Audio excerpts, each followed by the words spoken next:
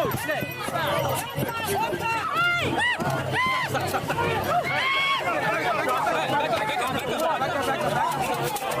like I threw the water, I dropped the water.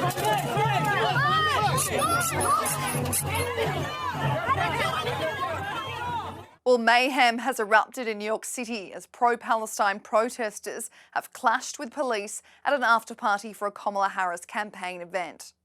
The group of around 50 protesters were heard yelling, "You set Palestine on fire," as cops tried to deter the group away. Take a look at some of the scenes where multiple protesters stormed into the venue, which, according to the New York Post, ended up costing thousands of dollars worth of damage. In Gaza, there's fresh water! How dare you!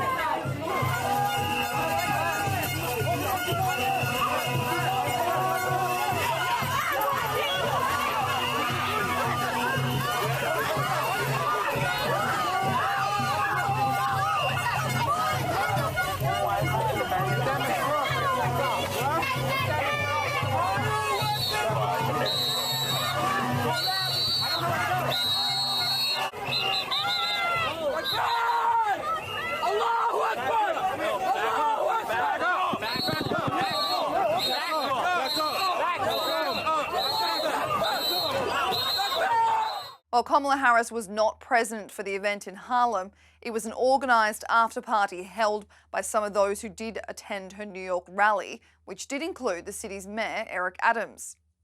According to police, over a dozen people were taken into custody. Welcome to Mad World, our weekly Culture Wars wrap-up. Let's get into it.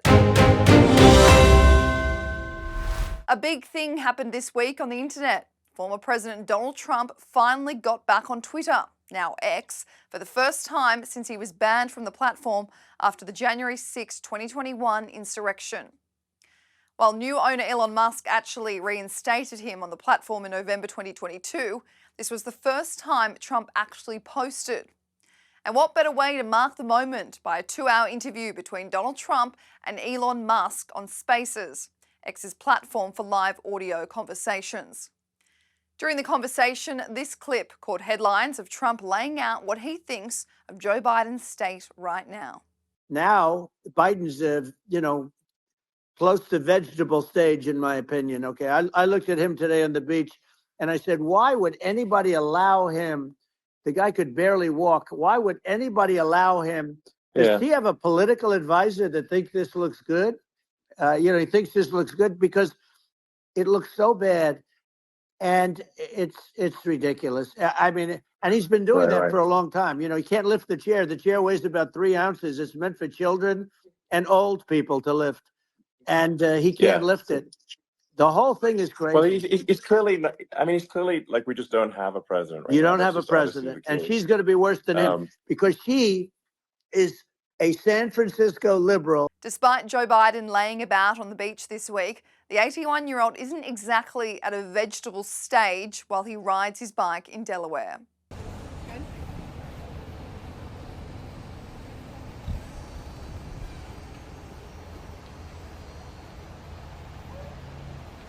Trump says you're angry about being pushed out, are you? You just put Mr. Netanyahu in this place.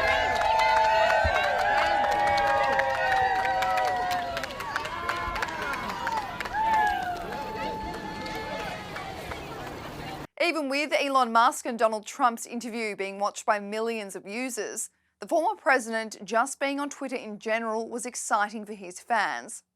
Take a look at what Benny Johnson posted on X with the caption, "Current Mood."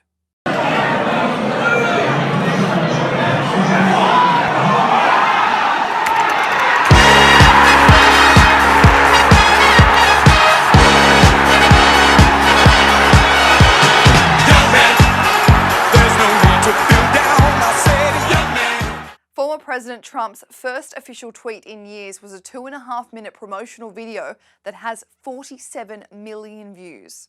They're not coming after me, they're coming after you, and I just happen to be standing in their way, and I will never be moving.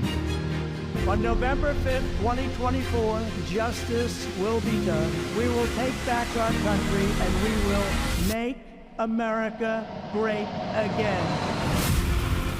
America will always rise to every challenge, and overcome every danger. Donald Trump seems to always get stronger when challenged. With July's inflation report out this week, both sides of the political aisle are focused on which party will do a better job with America's economy. The annual inflation rate has slowed down to 2.9%, which is the lowest it has been since March 2021. However, consumer prices rose 0.2% for the month. The Biden administration put the years-long inflation crisis down to the global supply chain, which was kicked off by the pandemic. With the benefit of hindsight, do you feel like there's anything the administration could have done differently over the course of the last 3 years? You know, I think the most important thing we did when I see a trend like the one I would show you if I had a slide behind me, is get to work in 2021 on the clear factor that was so causally linked to the uptick in inflation, and that was the snarling of global supply chain. But of course, Donald Trump took a swing in the Biden administration's handling of the economy, an area of which the former president feels he excelled at. Does anyone here feel richer under Kamala Harris than Crooked Joe than you were during the Trump administration? Is anything less expensive under Kamala Harris and Crooked Joe? I mean, we had inflation that I don't believe we've ever had inflation like that. You can go back a long way. Are you better off now with Harris and Biden than you were with a person named President Donald J. Trump? Do you know him? He's a nice gentleman. Nice gentleman. And it was another day of Joe Biden's staff shooing reporters out of the room as they shouted questions at the president. Shh, I'm not going to answer your question. I'm talking to them first, okay? The audience first, okay? Yes, sir. Thank you so much. Thank you, President. Thank you, President. Thank you, President. Thank you all. Now in June, Joe Biden's son Hunter Biden was found guilty by a court of illegally buying a gun while he was under the influence of drugs. The purchase took place in 2018 and took years for the investigation to lead to a trial. The 54-year-old will have to be sentenced before October 9 at the latest date. Joe Biden has claimed that he will not pardon his son before his term is up in January, but would the VP if she were elected? You said from the podium that President Biden would not pardon his son. If Vice President Harris is elected, would he tell her also to not pardon? I mean, that's a hypothetical that look, the president, I could speak for the president, and he said he would not pardon his son, and I'm just going to leave it there. Since Kamala Harris became the Democrats' candidate for the presidential election, the VP has been in hot water for failing to hold a press conference. This has given Republicans ammunition against the VP, feeding into the narrative that the Biden administration isn't transparent. Even CNN asked Kamala Harris's communication director about it. Would it kill you guys to have a press conference? Why hasn't she had a press conference?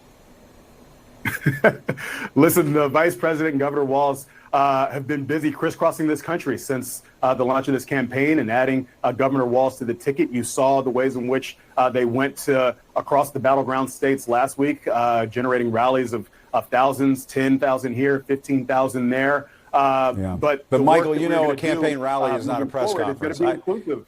Do you mind if I cut in? I mean, you know, a campaign rally is not a press conference. Speaking of CNN, the network's presenter Caitlin Collins joined Stephen Colbert's show this week, where a throwaway comment from the host about biased reporting made the audience laugh. Podcaster Joe Rogan reacted to this clip on his show. I know you guys are objective over there, that you just report the news as it is. Oh, I know. CNN makes a... I know. Was that supposed to be a laugh line? I wasn't supposed to be, but I guess it is. Trump has kind of been going on. Wow. Bro. How crazy is that? The audience is like, shut the up. Wow. That is hilarious. They thought he was being a joker. They thought that was a joke. Yeah. That's how crazy this world has gotten. Where CNN being unbiased is a joke to people in the audience. That's so crazy. The 2024 Paris Olympics was controversial for a few moments during the events. But one of the biggest ones to grab headlines was whether it was right or wrong to allow Algerian boxer Aman Khalif to compete. While Aman is female and born female, a previous DNA test found that she possessed XY chromosomes, which is commonly found in males and indicates the boxer had testosterone. Critics believed this gave her an unfair advantage to be competing against females. It prompted a lot of discussion on both sides of the coin, but now that the Olympics is over and Iman Khalif won her gold medal, she has filed a criminal complaint. The lawsuit filed in France states that an investigation has been launched into the counts of cyber harassment due to gender, public insult because of gender, public incitement to discrimination, and public insult because of origin. J.K. Rowling and Elon Musk were named in the lawsuit as those who may have written hateful messages. But ESPN broadcaster Kirk Herbstreit said that he doesn't care about the backlash he received for saying that men don't belong in women's sports. Don't come on here and me. You had to know that when you put that tweet out, there was going to be a reaction. Come on. You had to know. I didn't give a though. I don't really give a at all. Like, I'm done giving any at all